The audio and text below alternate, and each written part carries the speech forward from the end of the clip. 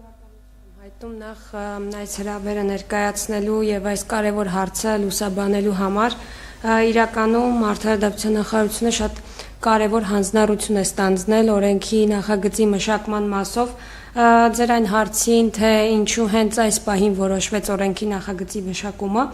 կարծում եմ, որ վերջին դեպքերը 20 թվականի, որը ներողություն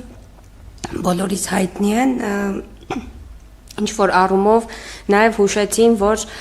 օրենքի նախագծի մշակումը օր առաջ պետք է տեղի ունենա։ Ես երբ հարցնում ներողություն, ինչու հիմա, հենց նկատի ունեմ, կարծեք թե հենց 2020-ից հետո անմիջապես հետո, հա, պետք է այսպիսի նախագիծ մշակվեր։ Տեսեք, ես կխոսեմ այն պահից սկսած, երբ որ Արդարադատության նախարարությունն է ստանձնել այդ պարտականության կատարումը, եղել է դրված այլ մարմնի վրա, հիմա դա երևի ճիշտ չի լինի քննարկել, թե ինչու չի տեղի ունեցել։ Համենայն դեպս 2024 թվականի մայիսին, ինչպես պարոն Սաքունցը նշեց, մարդու իրավունքների ռազմավարությամբ կոնկրետ այս օրենքի մշակման պարտականությունը դրվել է Արդարադատության նախարարության վրա։ Նշեմ, որ այդ պարտականության ստանձնումից ի վեր նախարարությունը առաջին հերթին ձեռնամուխ է եղել նախ օրենքի հայցակարգի մշակմանը, որը որ ելակետային ուղղություններ է նախատեսել, թե ինչ հարցերի պետք է անդրադառնա օրենքը, ինչ հարցեր պետք է լուծի, ինչ կարգավորումներ պետք է նախատեսի։ Հայցակարգի մշակումի նախ մշակման շրջանակներում, այո, համագործակցել ենք նաև անհայտ կորած անձանց ընտանիքների ծնողների հետ, որոնք որ մշտապես հետաքրքրված են եղել, կապի մեջ են եղել թե նախարարության հետ, թե քաղաքացիական հասարակության հետ, թե պարոն Սաքունցի կազմակերպության հետ համագործակցության շրջանակներում բարձրաձայնել են իրենց ուզող խնդիրները, նաև մի աշխատակազմի հետ մշտական կապի մեջ գտնվելով բարձրացել են այն առարկայական իրենց ուզող խնդիրները, որոնք էլ հետագայում նաև հիմք են, բազային հիմք են հանդիսացել ինչ-որ առումով նաև օրենքի նախագծի մշակման համար։ Օրենքի նախագիծը մշակելիս նաև միջազգային փորձի ուսումնասիրություն է կատարվել, մասնավորապես հիմքում դրվել է Կարմիր խաչի միջազգային կոմիտեի սկզբունքները մոդելային օրենքը, որը որ աջակցություն է ցույց տալիս տարբեր պետություններին, թե իրենց ներպետական օրենսդրությունը մշակելիս ինչ առարկայական հարցերի պետք է անդրադարձ կատարի օրենքը, միաժամանակ նաև արկա է ԱՊՀ երկրների մոդելային օրենք անհայտ կորած անձանց հարցերով, որը եւս ուսումնասիրվել է եւ որոշակի դրույթներ հիմք են ընդունվել, հենց ուղղորդող են եղել օրենքի նախագիծը մշակելիս։ Ինչ վերաբերում է օրենքի նախագծին,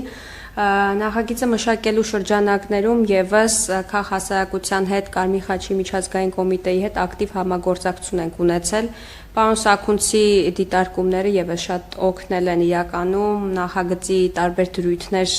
ներառելու մասով։ Ծնողների հետ պարբերական կապի մեջ է նախարարությունը, մասնավորապես վերջին օրինակները նշեմ, 24 թվականի դեկտեմբերին առանձին քննարկում եղել է տարբեր ծնողների հետ եւ մեր փոխնախարարի մասնակցությամբ, պարոն Դադունցի մասնակցությամբ կազմակերպել էին քննարկում նշելու եւ առանձնացնելու այն կարեւոր խնդիրները, որոնք իրենց հուզում են եւ հետագայում կարան տեղ գտնեն նախագծում։ Նախորդ շաբաթ եւս Արդարադատության նախարարի հետ մոտ 13 թե 12 ծնող, եթե չեմ սխալվում, եւս հանդիպելու արդյունքում էլի տարբեր խնդիրներ հուզող խնդիրների համար քննարկում էր նախատեսվել, երբ որ արդեն նախագիծը դրվել էր իդրաֆտ հարթակ եւ իրենք ուսումնասիրել էին, ծանոթացել էին, դրանից հետո արդեն օրից քննարկում էին կազմակերպել, որպեսզի տեսնենք էլ ինչ հարցեր կան, որ իրենց հետաքրքրում են, անհանգստացնում են եւ միգուցե նոր առաջարկներ ունեն, որոնք եւս պետք է տեղ գտնեն նախագծում։ Մի փոքր խոսեմ նաև նախագծում տեղ գտած զրույցների մասին եւ առհասարակ ինչի մասին է նախագիծը։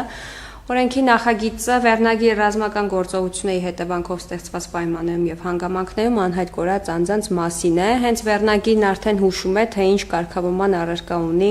տվյալ օրենքի նախագիծը, կարգավորում է անհայտ կորած անձանց իրավական վիճակը, կարգավորում է անհայտ կորած անձանց եւ նրանց ընտանիքի անդամների իրավունքները, մասնավորապես ընտանիքի անդամների մասով հատկապես իրենց հարազատի գտնվելու վայրի եւ ճակատագրի մասին տեղեկատվություն ստանալու իրավունքն է սահմանում, որին համապատասխանում է պետության պարտականությունը բավարար ջանքեր գործադրելու եւ հասցեական տեղեկատվություն տրամադրելու յուրաքանչյուր անգամ, երբ որ ծնողը այդ հարցերը բարձրացնում է սոցիալական աջակցության համատեքստում տարբեր ուրեմն ֆինանսական արտոնությունների է վերաբերում նախագիծը, թե ինչ հնարավորություններ կան ծնողների կողմից ֆինանսապես ինչ-որ աջակցություն ստանալու մասով, շահառուների կողմից վնասի հատուցում եւ աջակցություն ստանալուն է վերաբերում, որ դեպքում խոսքը արդեն Հայաստանի Հանրապետության պաշտպանության ժամանակ զինծառայողների կյանքի եւ առողջությանը պատճառված վնասների հատուցման մասին օրենքի համատեքստում վնասի հատուցում եւ աջակցություն ստանալու իրավունքների մասին է